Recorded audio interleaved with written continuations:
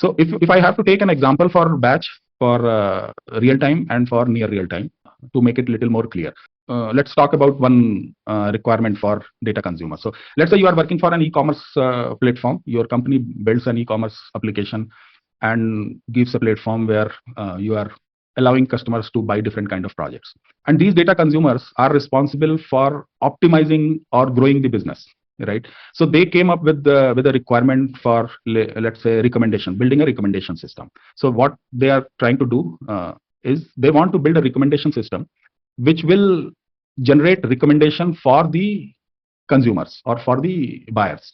And what it means, when you log in into the e-commerce platform, you are searching for the project, some product, you see some product there and you add it into the cart, and at that time or in between somewhere, the platform wants to give you a recommendation. Okay, you are buying this book, or you are buying this t-shirt.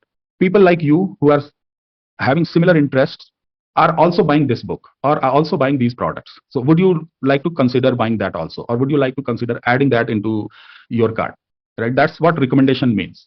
And that recommendation, the target for the main objective of the offering recommendation system is to grow the business, sell something more. Customer came in to buy one book, and we try to offer him another book which might be interesting for him, so that he buys another book. So we increase the revenue or we increase the sale. So that's a growth requirement, right? But they want to build that recommendation system, and they need data for building that recommendation system. What kind of data they need? They will need information about all the products that we offer. They need information about all the customers that we have.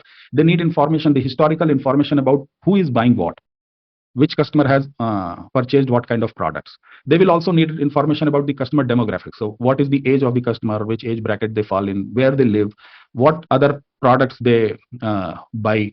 So all that information they will take, and based on that information, they might want to apply a machine learning algorithm which generates recommendations for different kind of people, not for specific people, but different category or different. They classify people into different categories, and for each category or each type of customer group, they generate some recommendations, and then those recommendations are shown to those customers. So if I fall into a maybe age bracket of 25 to 30 years, I purchase a lot of books, and let's assume that's the category. So in that, if I fall into that category, whenever I go and purchase something, system wants to show me a recommendation for a book, right? So that kind of requirement is here. But now think about the data requirement.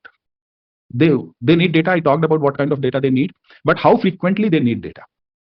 They need all the transactions, all the customer information, all the product information, everything as soon as it is produced in the system? Maybe not. If you talk about these guys, if you think about the recommendation system algorithm, recommendation system requires a huge volume of data.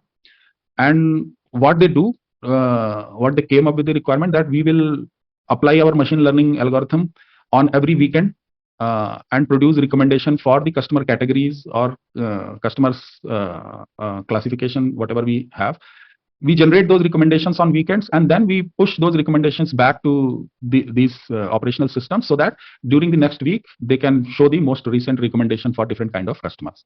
And then for the entire week we collect some more data, whatever transactions are happening, whatever recommendations we showed, how they're performing, are people actually buying based on that recommendation, or they are not, how they responding. We collect data for 1 week, and then next weekend we revise our recommendation or generate new recommendations and process it again. So in that, if you look at think about the frequency, so frequency is weekly, right? So as a data engineering platform or as a data engineering team, if I'm talking or trying to understand that requirement, then I know that these guys need data every week. Maybe every Friday night they need the entire data. So I have a window of 1 week to collect data, process it, prepare it according to these guys' requirement, and then give it to them on the Friday night, right? So when I have a window of 1 week, definitely what kind of system I'm looking to build for, and that's what we call batch processing, right? In the batch processing, we have a longer window to collect data, prepare it, and then facilitate it to the data consumers, right? So that's where batch processing comes in.